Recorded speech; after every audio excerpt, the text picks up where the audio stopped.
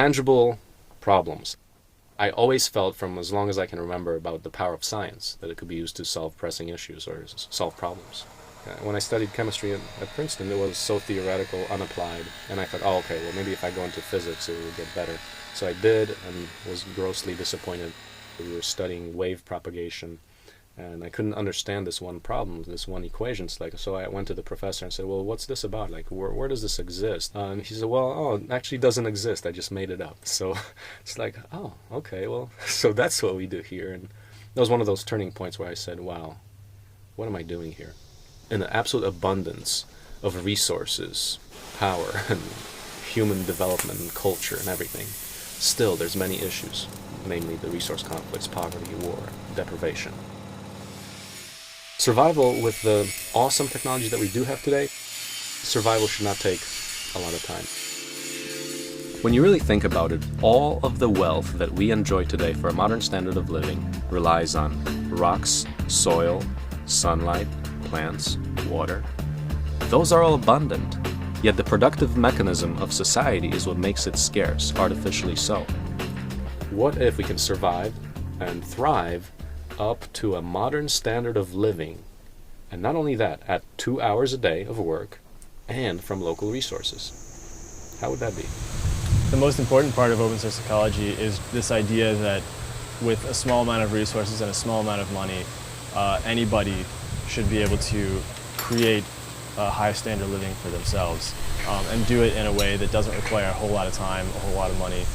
People can actually be empowered by the technology that we're creating here. So rather than a big corporation deciding what machines can do for us, we can decide how we want machines to work for us. Instead of relying on other people to make things that we need, we can make everything that we need for ourselves. And we can do it better than Walmart can do it. We can do it better than slave labor in China can do it. We can make the productive capacity that we need to live the lives that we want in our own backyards, and we can do it in a sustainable way. We can make machines that we can use to create material abundance for ourselves, and then we can show other people how to do it. We have 200 people get together, and if they want to put together a self-sustaining community, they don't have that many options as far as coming up with the equipment and the machines for doing that. That's where the open source ecology really comes in, is the costs of building these machines is about 10% of what you could buy it for commercially. You know, if you take a full-blown John Deere tractor, it's almost impossible for anybody to go out and try and build one of those themselves. I mean, that's just a very custom machine. But if you're able to go and take, just off-the-shelf engines and go down to your hardware store and buy steel and build it yourself, like the Life Track, then that's much more realistic. The benefits of a localized economy are that the power stays within the community, the economic wealth, instead of your money, the earnings, going all the way down the river. What if we can internalize that, keep that wealth in by having all that productive mechanism built in? You produce the same, the wealth stays in, you don't have to work so hard. And you can have time for your family and kids or whatever else is more important to you.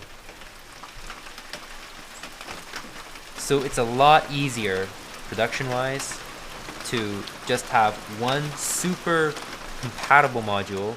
The Power Cube right now works with both the Life Track and the CB Press and the other machines that we have, like the Ironworker and the Cold Saw. So that provides a much simpler product ecology because one power unit serves multiple machines. There's one thing about just being able to look at machines that have been developed on site here, and another thing to understand how the development process went through and what kind of documentation there is for these machines such that they can be replicated and improved on, right? Fortunately, we have that ability to have machine information in a digital format, and now we have telecom, the internet, to relay that information and have anyone just copy over the files and have access to it, the model, on their computer. So open source ecology tries to capture the open source nature of development and the fact that we're connected to nature, to other people, to societal institutions. That all has to be considered if we're talking about a paradigm to make a better world. Open source was clearly the trend, the emerging trend that was so powerful.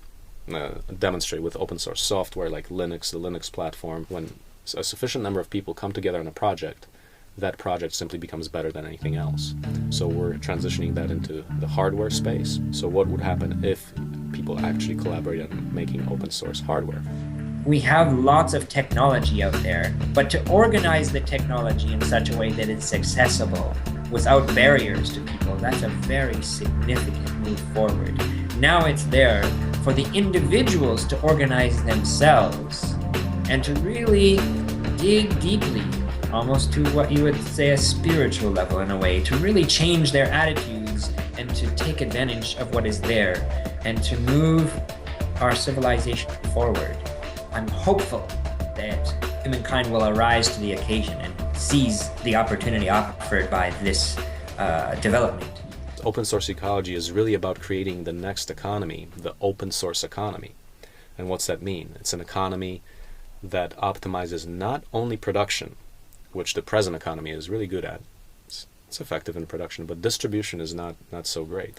And how do you do that? And that is by opening so-called giving away trade secrets for free, or developing open source products for just about anything that we use. So imagine a scenario where now, instead of corporations all competing, reinventing the wheel and so forth, a lot of competitive waste, what if everybody were to join together to make the best products, most robust products that are open source, that anyone has access to producing them, and therefore we can run an economy in a collaborative way as opposed to a competitive, wasteful way.